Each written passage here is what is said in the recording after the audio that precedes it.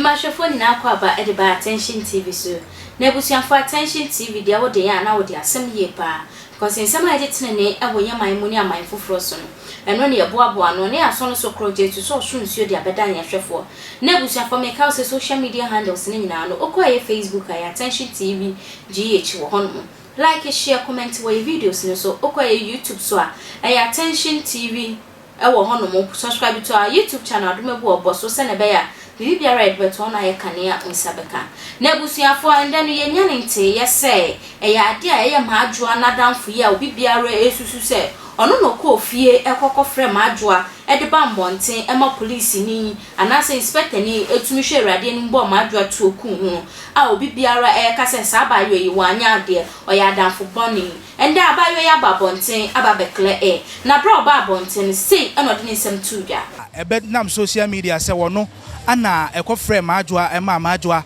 ato nananom wonse do ehun nsem na kwakwa bebrebe na yenye enu aba na ekua hanom se ya yene ne ba bedi nkomo na ebusa ne se aso ayonkofa be ne da one maadwoa ntem na ye no kre se ono ana ekofre maadwoa ema ne maadwoa ato nananom e wonse do na nanamo akwa yeja papa bia boko yeja boko yenhwe ebra wote se yede wo tag se una eye waku maadwoa na so afra ma yakoku maadwoa no sen na oje asem ne fire me dey na me nim se me nye international shada am fa me ho but so me friend ntime wabusua tina mabusua fo so frɛ me ɛyɛ ɔmo wanwa because obi oni me bia nim se mani so ɔhye me nkonda wo se bi no obi anya problem na me siri nipa no me sada nya nipa me gidigidi na obi dey asem se ato me so eti me frɛ adwo pretty na me adwo pretty yes wo life asena we si no na like ya me ni ho hwe na ye frɛ obi afi eti me so man tell me ho ase sometimes when punctuation fail force must be applied. I need to defend myself. So me try to defend them home. So me did afina them. In fact, me didn't attempt necessarily because yeah, say madam for wu. Na mo dey target me. So me na Africa sana afisna me cry me ni mo me ka say wo na wu. Na me say me wu aja me ba. Na wa say me na work sister. But now go be ma ka say me nye din. We say we ase no. And I am not saying anything. Me nim dey see here. Obi ani ho tam o kese be frɛ girl no. It's me biso bia be bo me din wa asem no me srem. Biso bia be bo me din. Mo na mo se mo hu so be frɛ no. Se mo hu so be frɛ no de na mo wa witness. Nti mo bia mo me din wa asem no mu. Pa ma show. Na maadwoa onim no kwan be so onim no emre dodo se na ne maadwoa. Maadwoa de me call school am nkra abrem wa adum ha. Me call school ye na ye kwa adum presby. Ti that time no ona na ye panyin. Na me ma me shop so go lane. Ti no matter how it is bia we ba be twɛn no wa ha. Na olidi ye nyina ya ko class. My break and I can't go can't see a better than so a sister, a mother, a friend to Yenina. It means a lot to us. So I don't know what is going on. It's a lady now, a friend who kissing no. She say, I'm watching one some say, what don't come up with for an say a channel, won't it be? Many BBA. I know nothing about that lady. Many BBA fan. But before say only an aswadam from Ebuno. That time now Nakasa now Ben Eban say that time Nasano. Because mother.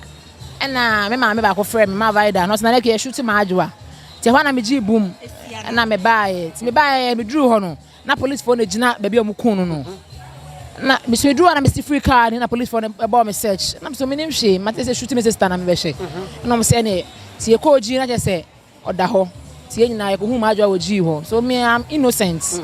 I wonder how they forced to mention my name. Me innocent me nim mo hwe. And me kuma adwoa kwanya she free. No, it will never happen. Because my is a sister, a mother, a friend to me from my infancy. Nye na asemo.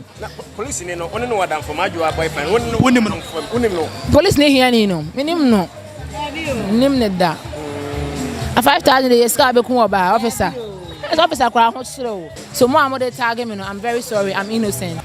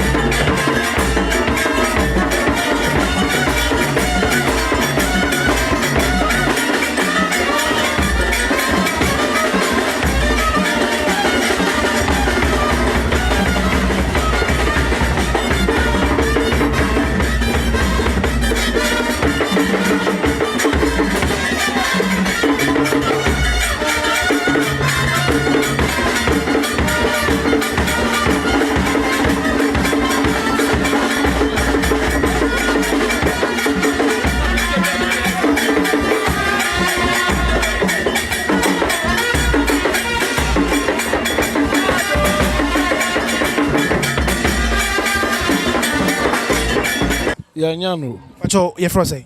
Ye frame no panyin ya kire. Pacho oye busuani ana oye meni omo na ti area. Yina ti area baako. Na se Adum he ana mo. Ye haya ne wo.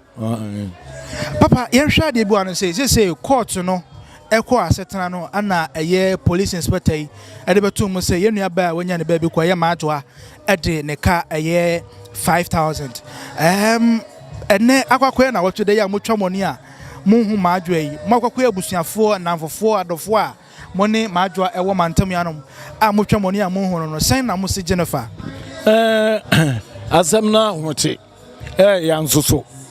Yeah, fellow Ghanaians, your friend Tvgh Anam, the doubting Thomas. Me wo any jesem sunko bi e de brewo. Di obi a pene dachi bia no, eno ho adwuma e na oye. Se o pese wo YouTube dachi, anase wo social media handles no dachi, e ye perfect dia, then e baby bako. Ozitech, oho e na betumi aboa wo ama wetumi advance. Na me catch you say Ozitech ombeboa ama u social media handles ni na akoso they will boost it for you.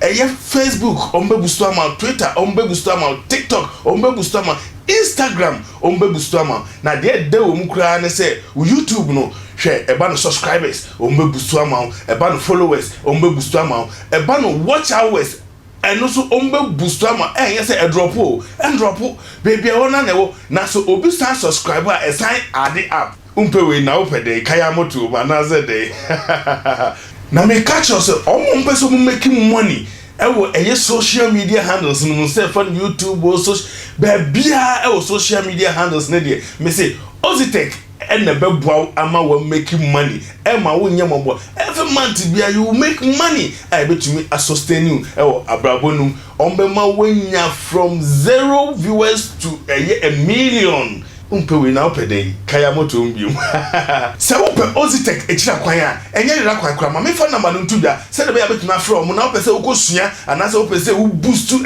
social media handles na oni omo bedi dwa 0598 697619. Me repeat number the amount 0598 697619.